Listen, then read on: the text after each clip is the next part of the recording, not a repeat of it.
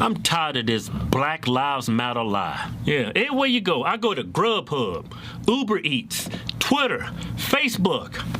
Hell, I get a telemarketer calling me, please donate to Black Lives Matter. I'm tired of this damn lie, so I'm gonna expose it. Yeah, I'm not gonna tell you, I gotta show you, because if I don't show you, you're gonna call me a liar and a sellout and an Uncle Tom and a coon.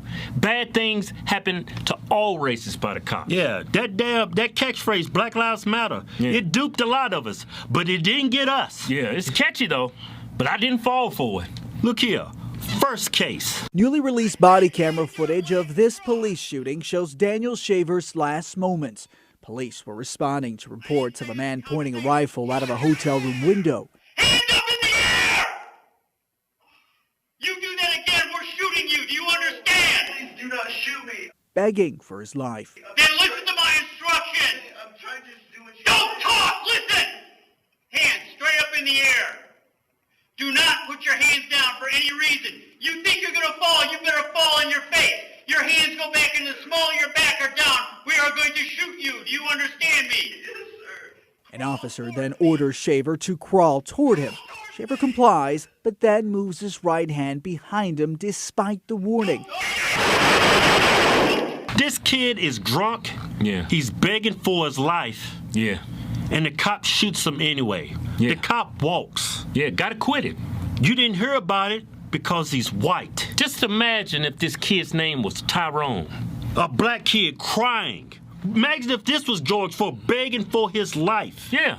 It'd be front page news, but you didn't because it's some white kid with privilege. They're not gonna show you that case because they're trying to spin it like this only happens to black folks. Next case. This Tony's the only thing we can get. Help me! In 2016, Tony Timpa called Dallas police for help.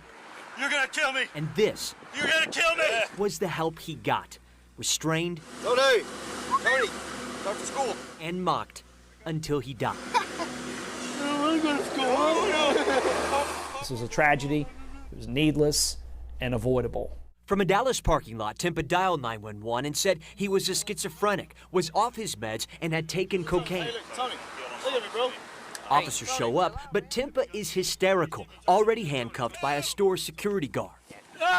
He's then restrained like this for about 14 minutes, and officers can be heard laughing as Timpa's face is buried into the ground. Jeff Henley is representing Timpa's family against the city of Dallas in a federal lawsuit. He says officers knew Timpa was on something and should not have restrained him this long. From this, radically prone position, Tony is going to suffer asphyxia. When Timpa does stop breathing, officers continue to crack jokes. Is he asleep? He's snoring, that's what it was. But they stop in their tracks when a paramedic says the 32-year-old is dead. All this stuff. He's dead. He's what? He's dead. He died just like George Floyd did. Yeah, smothered him to death. But this guy didn't have an extensive prison record like George Floyd, right? And the cops are mocking the dude after he's dead. They saying he's asleep. Yeah. You didn't hear about it because he's white. Imagine if this guy was a black guy. 2 police officers standing over a black body, laughing. Not gonna hear about it. Doesn't fit the media narrative. Yeah. Next case. Police body camera footage captured the shooting and the moment officers realized there was a boy in the car. I never saw a kid in the car, man. 6-year-old Jeremy Martist, who is autistic, died in the front seat, shot 4 times. His father, Chris Few, was critically wounded. Speaking publicly about that night for the first time today, Mr. Few told the jury officers gave no warning before they opened fire. I had my hands in the air, Few testified. I put my hands out the window. They kept shooting. Several witnesses also told the jury Mr. Few had his hands up, which body camera footage appears to confirm. But Officer Derek Stafford's attorney says he and his partner acted in self-defense after a 2-mile pursuit. He negligently and intentionally reversed his vehicle in an attempt to hit the officers. Few admitted to drinking that night but told the jury he would never hit an officer. and only wanted to get his son to a caretaker so the boy wouldn't be involved in a possible arrest. The prosecution argues nothing Few did that night justified the deadly response. Derek Stafford is on trial, and it's just a shame that they want to put the victim on trial. A 6-year-old white autistic kid and his father get shot up, gunned down by 2 black police officers. Now, the father lived, but the kid didn't. Yeah. You didn't hear about this because the victims are white. Yeah, little boy, man, 6 years old, got shot 5 times. They emptied 18 rounds in that car. That horrible thing that happened to Tamir Rice up in Cleveland, right? They singing that out like this only happens to black kids. There's an article I found. Now tell them, Tamir Rice was a 12-year-old kid. Yeah. They got shot and killed because he was brandishing a fake gun. A toy gun. It looked real. It was a gun replica. Yeah. Right? Cops roll up, shoot and kill the young kid. Right?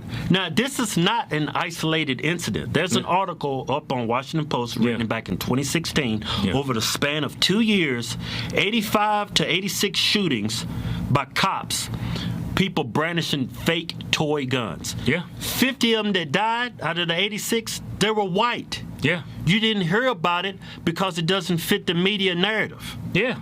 That whole Black Lives Matter, it's a lie. That's what pisses people off in that organization, on the news. That's why they mock people when they say all lives matter. No, all lives matter doesn't. It's not that. It's just about black lives. Because if you say all lives matter, it kills that narrative. That narrative falls apart. Everybody knows that there's black men is not being gunned down by a systemically racist police force. They act like this damn United States is the damn, like a scene out of that damn movie, The Purge. Yeah.